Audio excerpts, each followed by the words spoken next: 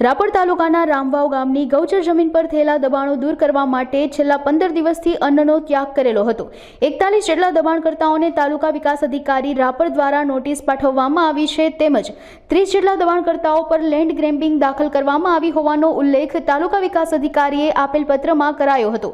પાણીનો પણ ત્યાગ કરતા સંજય બાપટ, સુલતાન ભટ્ટી, ઇકબાલ શેખ, રમણીક કોલીએ પ્રાંત અધિકારી ભચાઉ નાઓ સાથે ચર્ચા વિમર્શ કરેલ અને પ્રાંત અધિકારી સાહેબે રાપર તાલુકા વિકાસ અધિકારીને સૂચના આપતા તેમના તરફથી કામગીરીનો લેટર લેખિત આપતા પ્રાંત સાહેબ અને અગ્રણી સંજય બાપટના હાથે પારણા કરાવવામાં આવ્યા હતા, જેમાં વિવિધ અધિકારીઓ સહિતના અગ્રણીઓ હાજર રહ્યા હતા। આ તબક્કે સંજય બાપટે સમગ્ર કચ્છ જિલ્લાની ગૌચર દબાણો મુક્ત કરવાની અપીલ કરી હતી।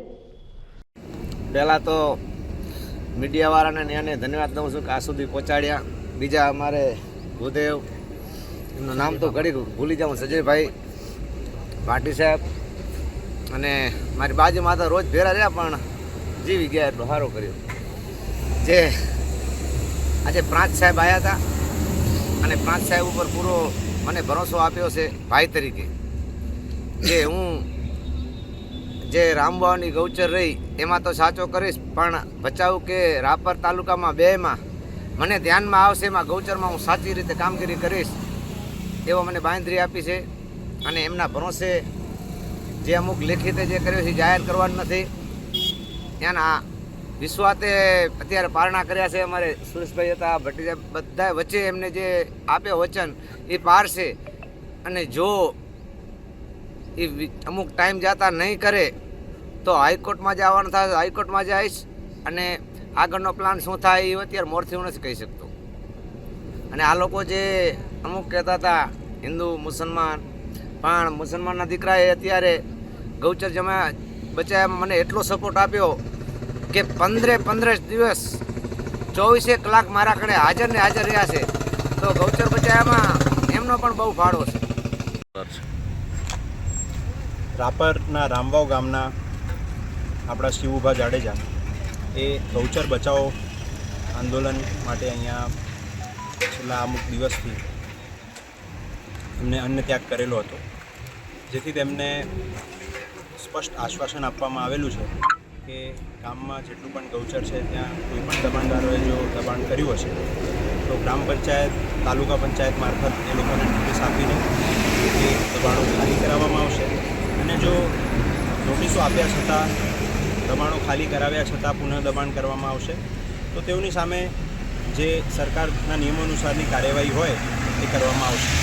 એ આશ્વાસન સાથે આજે શિવભા જાડેજાને આપણે પારણા કરાવ્યા છે।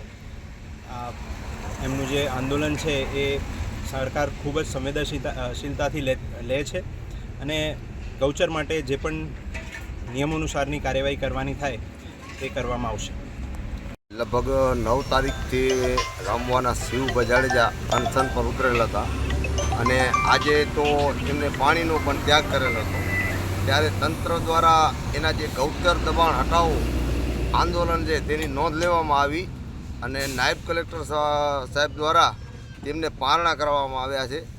હું આ ગૌચર જમીન દબાણ બાબતે જે લડત હતી એમાં પણ જાહેર સમર્થન કરું છું અને શિવભાની આ જીત થઈ છે તે બદલ હું શિવભાને અભિનંદન પાઠવું છું।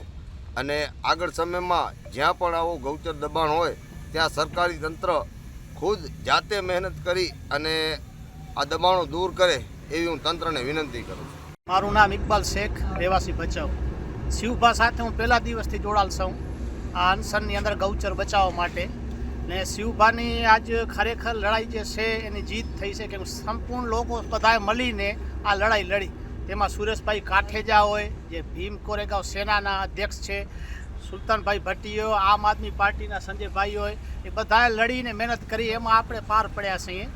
ને આગળ પણ ગૌચરની જે વાત કરી શિવભાઈ કે આગળ પણ ક્યાં પણ હશે, પ્રાંત સાહેબ તો એના માથે ઇન્કવાયરી કરશે જ અને ગૌચર છોડાવશે, પણ જે રણ વિસ્તારની અંદર પણ જે પણ દબાણ છે અભયારણ્યની જગ્યામાં એના માટે પણ લડવા માટે અમે તૈયાર છીએ, આગળ જઈને એના માટે પણ અમે લડશું રણની અંદર જઈને। અને આ લડાઈ ત્યાં જીતી શકે જે હિન્દુ મુસ્લિમ આપણે ભૂલીને બધા સાથે મળીને લડ્યા છે। અને ગૌરક્ષકવાળા જે લોકો અમને સમર્થન આપ્યો તેમનો પણ આભાર વ્યક્ત કરીએ છીએ આપના માધ્યમથી, અને આગળ પણ આપણે આમને આમ લડશું મળીને, ગૌરક્ષકવાળા સાથે અને બધા મળીને લડશું। કોઈ પણ જગ્યાએ ગાયની જગ્યા કોઈ ખાઈ ગયું હોય, ગૌની હોય, કે પછી આ અભયારણ્યની જે દબાવીને બેઠા છે ભૂમાફિયાઓ, તો આપણે લડશું ભેગા મળીને, તો આપણે એમાં પણ જીતશું. જય હિન્દ, જય ભારત.